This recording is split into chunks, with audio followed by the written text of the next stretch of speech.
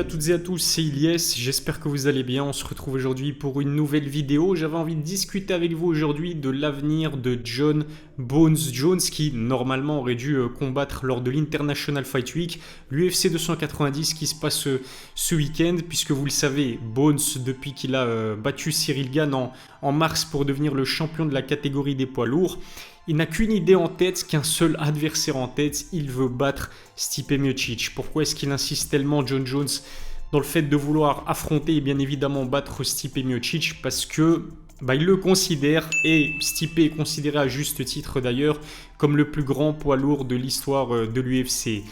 Comme on le sait, Jon Jones, c'est un combattant avec un esprit de compétition exacerbé. Il a envie de rentrer dans la légende, il a envie de marquer l'histoire. C'est déjà le cas en devenant double champion UFC, en ayant dominé la catégorie des lourds légers pendant plusieurs années et en réussissant à monter en catégorie. Une montée en catégorie d'ailleurs qu'il a préparée depuis plusieurs années, et devenir champion de la division très dangereuse des heavyweights. On peut difficilement remettre en question son statut de GOAT tout court des arts martiaux mixtes et en l'occurrence de l'UFC. Mais ça n'empêche que Jon Jones il veut ajouter le scalp de Stipe Miocic et ajouter, on va dire, le nom de Stipe dans son armoire à trophées, dans son palmarès, qui cimenterait encore un peu plus sa place dans l'histoire et dans les livres d'histoire finalement du MMA. Le problème, c'est que ça bloque du côté de Stipe Miocic, et du coup, comme vous le savez, les deux hommes devaient s'affronter déjà en 2022, ça s'est pas fait. Ils devaient s'affronter normalement lors de l'UFC 290, ça ne s'est pas fait. Peut-être potentiellement au mois de novembre au Madison Square Garden, mais les négociations tirent en longueur, ça n'a toujours pas été officialisé et c'est de plus en plus inquiétant. Mais justement, il y a quelques semaines, il y a un certain Chael Sonnen qui est un analyste brillant et qui a souvent des informations croustillantes, puisque lui il fait partie directement des coulisses, j'ai envie de dire, à l'UFC, ancien combattant UFC, et qui entretient de très bonnes relations, notamment avec Dana White. Du coup, Chael Sonnen a évoqué une possibilité, et cette possibilité, c'est le fait de voir finalement Jon Jones affronter non pas Stipe Miocic, mais à la place un certain Sergei Pavlovich. Juste avant de poursuivre, remerciement particulier à Others Nutrition qui sponsorise mes vidéos. Others, c'est une marque de compléments alimentaires produite à 100% sur base de végétaux. Les produits sont sains et leur prix défie toute concurrence. Avec le code COVER10,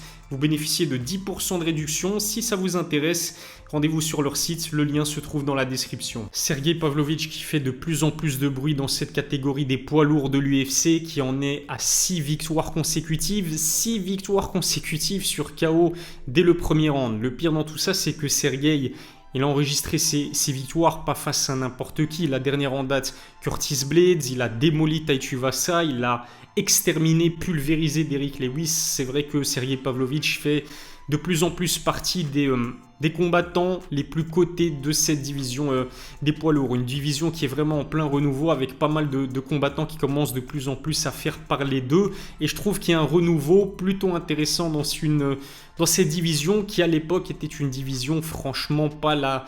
Ça n'a jamais été la division la plus dense, mais en tout cas à l'heure actuelle il y a quand même de sacrés grands noms, et je trouve qu'elle n'a jamais été aussi compétitive qu'elle l'est à l'heure actuelle, malgré le départ de Francis Ngannou. Du coup, Sergei Pavlovich pourrait être amené à affronter Jon Bones Jones. Je ne sais pas ce que vous en pensez, mais moi, je trouve que sportivement, un Jon Jones Sergei Pavlovich, c'est beaucoup plus intéressant que ce que pourrait l'être un Jon Jones Stipe Miocic. Alors certes, Jon Jones Stipe Miocic, sur papier, c'est beaucoup plus prestigieux qu'un Jon Jones Sergei Pavlovich, puisque Stipe, ancien champion de la catégorie, GOAT encore une fois de cette division des poids lourds, que vous le vouliez ou non. Sur le papier, on aurait là une opposition entre le GOAT de l'UFC face au GOAT de la division des poids lourds. Jon Jones Sergei Pavlovich, en termes de prestige, c'est un ton en dessous d'un Jon Jones Stipe. Pourquoi ? Parce que Sergei n'a jamais été champion pour l'instant, et parce que le nom de Sergei Pavlovich n'a pas la même résonance, on va dire, le même rayonnement, notamment d'un point de vue international, que peut l'avoir le nom de Stipe Miocic. Par contre, Sergei Pavlovich, beaucoup plus jeune que Stipe. Stipe a dépassé son prime et de loin, il a plus de 40 ans aujourd'hui. Inactif, il n'a plus combattu depuis mars 2021, et le chaos extraordinaire, j'ai même envie de dire terrifiant, que lui a infliger Francis Ngannou, Sergey Pavlovich, 6 victoires consécutives sur KO au premier round, ça pourrait être un partenaire de danse vraiment très intéressant pour Jon Jones. D'ailleurs, Bones, l'Américain, a quand même évoqué la possibilité d'affronter Sergey Pavlovich et lui-même l'a dit. C'est vrai que c'est pas un nom ronflant, c'est pas un nom qui forcément va le motiver à se donner à 100% à l'entraînement, contrairement à Stipe Miocic. Mais ça reste un adversaire dangereux. C'est pas moi qui le dis, c'est Jon Jones lui-même qui l'a dit il y a quelques semaines. Sergey Pavlovich, c'est un challenge plutôt intéressant et surtout un challenge dangereux, un adversaire très dangereux. Le problème, c'est que Jon Jones, il est pas vraiment chaud à l'idée d'affronter Sergey, à condition que l'UFC lui propose une belle somme d'argent. Alors, est-ce que Dana White va effectivement lui proposer la somme d'argent qu'il attend pour relever le défi que lui proposerait Sergey Pavlovich? 6 combats il y a, je pense que selon toute vraisemblance, ça devrait normalement se faire au Madison Square Garden lors de l'un des pay-per-view, l'un des derniers pay-per-view de l'année. Ça pourrait être intéressant, même si Chael Sonnen a évoqué la possibilité que ça se fasse le 10 septembre à l'UFC 293 en Australie, mais honnêtement, je vois pas pourquoi on organiserait un Jon Jones Sergey Pavlovich en Australie au lieu de le faire aux États-Unis. Pour moi, c'est the place to be. D'autant plus que Bones a évoqué la possibilité de raccrocher les gants. Il aimerait raccrocher les gants au Madison Square Garden de New York, chez lui, dans sa localité. Ça a beaucoup plus de sens qu'organiser ce combat en Australie. Si Jon Jones raccroche les gants et prend définitivement sa retraite après son prochain combat, du coup potentiellement contre Stipe Miocic ou alors Sergey Pavlovich, je pense que symboliquement, ce serait beaucoup plus intéressant qu'il le fasse au Madison Square Garden. Alors ce qui me pousse à dire, ce qui me pousse à croire qu'on est de plus en plus proche de voir le combat entre Jon Jones et Sergey Pavlovich se concrétiser, c'est le fait que récemment, il y a quelques jours en fait, Cyril Gane a perdu sa place de challenger numéro 1 dans la catégorie des heavyweights au détriment de Sergey. Justement, le Russe a récupéré en quelque sorte la place de challenger numéro 1 qui était occupée il y a encore quelques temps par Cyril Gane.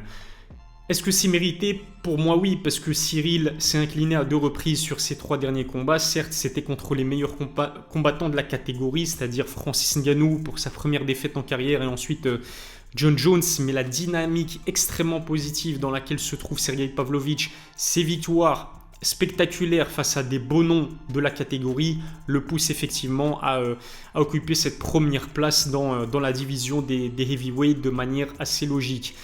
Et je pense aussi que c'est un coup réalisé par l'UFC peut-être pour donner justement un petit peu plus de prestige à une possible opposition entre Sergey et Jon Jones. Voir le champion en titre affronter le numéro 1 de la catégorie, bah forcément ce sera beaucoup plus vendeur parce que certes, Sergey, de par ses prestations sportives, il impressionne le public qui s'intéresse au MMA.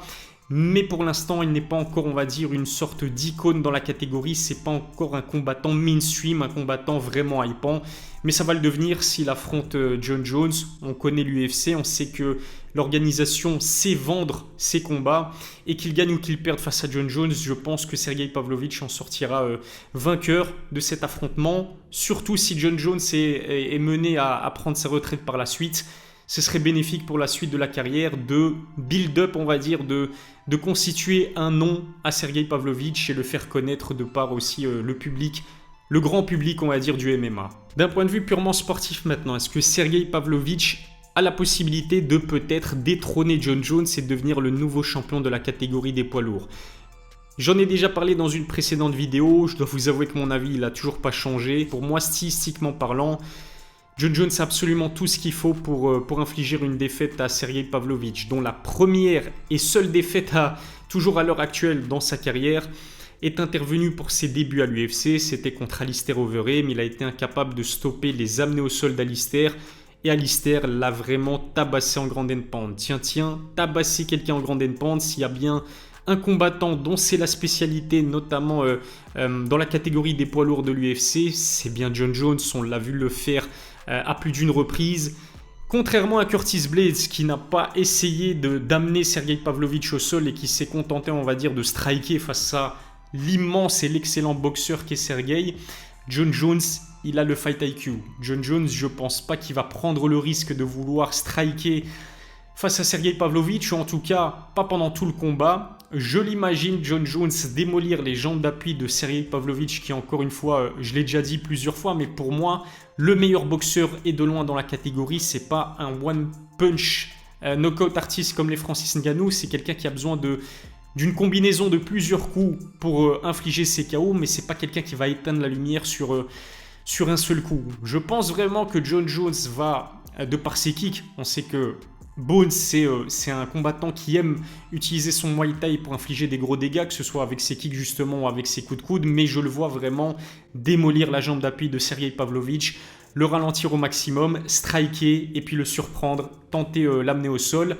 soit le tabasser en grande pound pour se voir attribuer la victoire sur KO, pourquoi pas KO technique avec l'arbitre qui met un terme aux hostilités, ou alors tenter de le soumettre. On sait que Sergey, il a un background en sambo, mais à l'image d'un Justin Gaethje qui a un excellent background en lutte universitaire notamment, c'est un combattant qui est tombé amoureux des KO et qui a peut-être perdu un petit peu son sambo au fur et à mesure de sa carrière. Justin Gaethje, on l'a vu, si je ne dis pas de bêtises, Justin Gaethje a enregistré le premier takedown de sa carrière à l'UFC lors de son dernier combat contre Rafael Fiziev. En connaissant son parcours en lutte, c'est quand même assez particulier, j'ai envie de dire, et je trouve que Sergey souffre du même syndrome, c'est-à-dire qu'il est tombé amoureux du KO, de son striking, il est conscient qu'il peut l'emporter de cette façon-là. On l'a très rarement vu, j'ai même envie de dire qu'on ne l'a jamais vu utiliser ses notions ou son talent de combattant et de pratiquant de sambo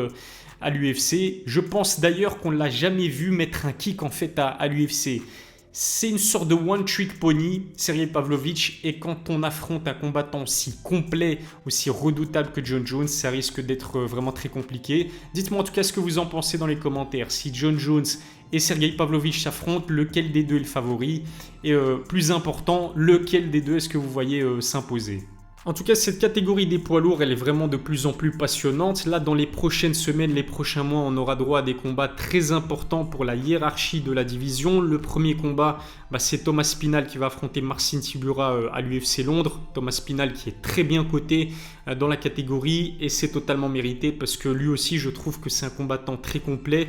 Il est encore relativement jeune, sa marge de progression, elle est énorme. Il restait sur un gros run aussi dans sa carrière. Malheureusement, il s'est gravement blessé face à Curtis Blaydes. Faut voir quel visage est-ce qu'il va afficher pour son grand retour à l'UFC face à Marcin Tybura. Puis au mois de septembre, bien évidemment, Cyril Gane, Sergey Spivak, combat très important pour la division, combat très important aussi pour la suite de la carrière de Cyril Gane, j'ai envie de dire, qui a montré que face au top, au gratin de la catégorie des heavyweights, c'était encore trop tôt pour lui, peut-être qu'il n'est pas assez complet. Pour moi, c'est le meilleur striker de la division.